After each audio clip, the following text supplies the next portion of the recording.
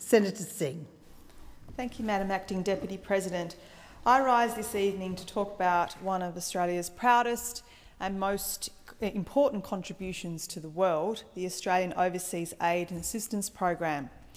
The Australian aid budget for this financial year is expected to reach $5.2 billion. A sum of money, it is an impressive figure, but when it is described in human terms, that its true contribution can really begin to be understood. Over the next 4 years, Australian aid will enable 4 million people to enrol in school, an invaluable contribution to the Millennium Development Goal closest to its target, to provide universal primary education to the world's girls and boys. It will help to vaccinate 10 million children and reduce preventable disease, in inching the whole world closer to the eradication of measles and of polio, just as Australian aid has substantially contributed to the eradication of polio throughout the Pacific. And it will provide access to safe drinking water for about 8.5 million people and build sanitation and hygiene solutions for communities, just as Australian aid has already done for nearly 500,000 people in Tanzania, in South Africa, in Mozambique and Zimbabwe. Since 2007, the Australian Overseas Assistance budget has increased from 0.3% of GNI to 0.35%, resulting in a rapid expansion of capacity in the aid program.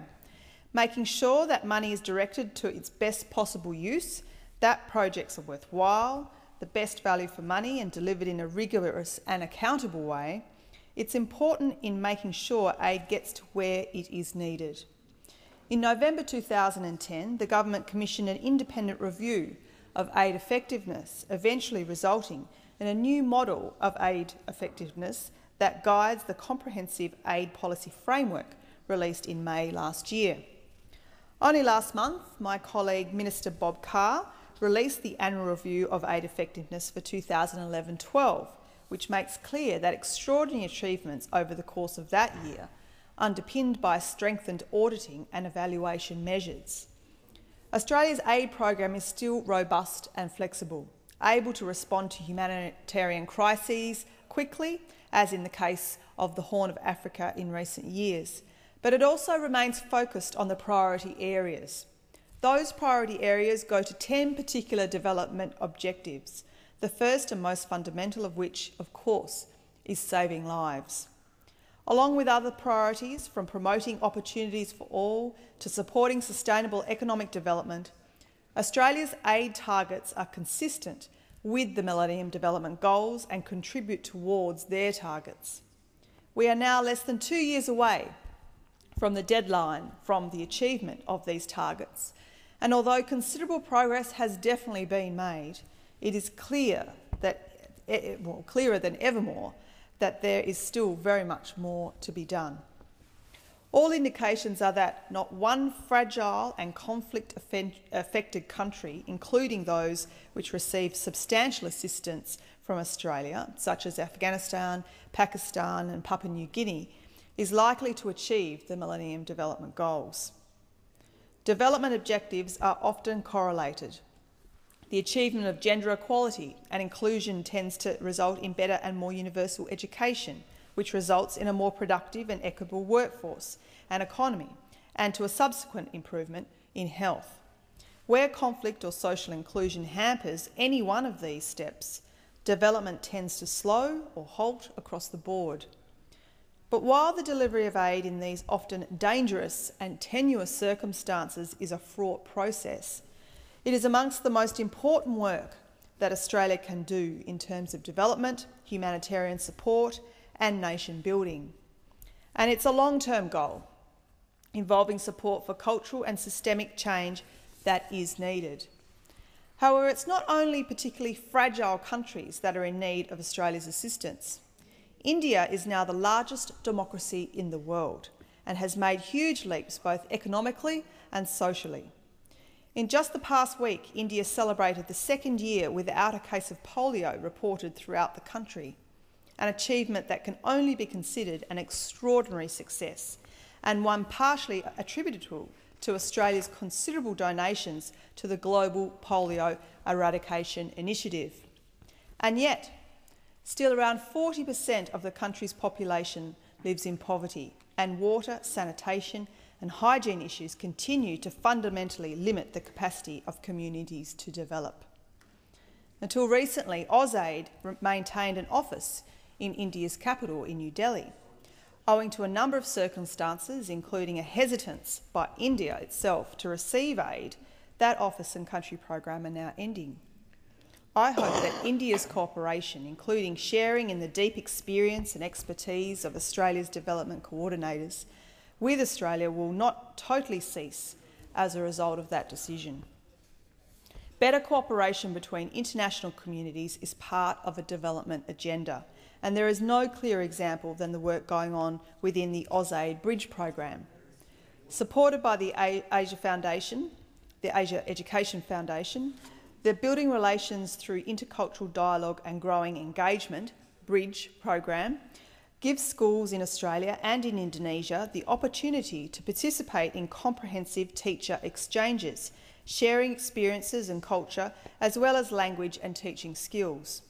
Many schools, including some such as in my home state of Tasmania, Taroona High School, have used the Bridge program as one part of a strategy to develop Asian literacy and language programs for their students. I have no doubt that the Bridge program is a sign of things to come, as development becomes an objective shared not only by governments and NGOs, but by communities as well.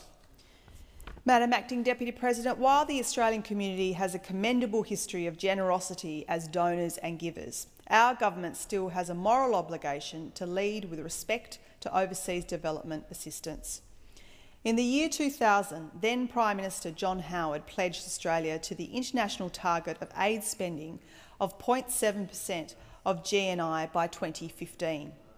As I mentioned earlier, under Mr Howard's government, that level fell to 0.24%, rising to 0.3% at the change of government. I'm pleased that the coalition has now matched Labor's commitment to reaching 0.5% of GNI, a commitment to increase the aid budget that remains bipartisan, even while the aid budgets of many nations around the world have contracted. But the delay in reaching this figure, only now expected to be reached by the years 2016-17, and the shortfall between the 0.7% aspiration at the dawn of the new millennium and the reality of a new 0.5% target, I have to say, is still disappointing. Inevitably, it is the case that overseas development assistance is an investment in a more prosperous world, and I remain convinced that this aid target and the outcomes it is designed to achieve will one day, soon, I hope, definitely be reached. It is also important to acknowledge that the challenges to the way in which Australia has to deal with asylum seekers and refugees also resulted in a reprioritisation of aspects of the aid program late last year. Some of the aid program will now be directed to providing food, shelter and essential items for asylum seekers in Australia. While in international terms such an allocation is not unusual under the OECD reporting directives, I acknowledge that it has caused some angst for many aid, refugee and asylum advocates in the community whose expectations of the aid budget are different. Madam Acting Deputy President, Australia is able to achieve what it does because of the work of very committed people here and abroad working through AusAid and other agencies in Australia through the 30 AusAid offices located all across the world, through the 43 community-based organisations funded through the Australian NGO Cooperation Program, ANCP, and through local organisations and change-makers on the ground.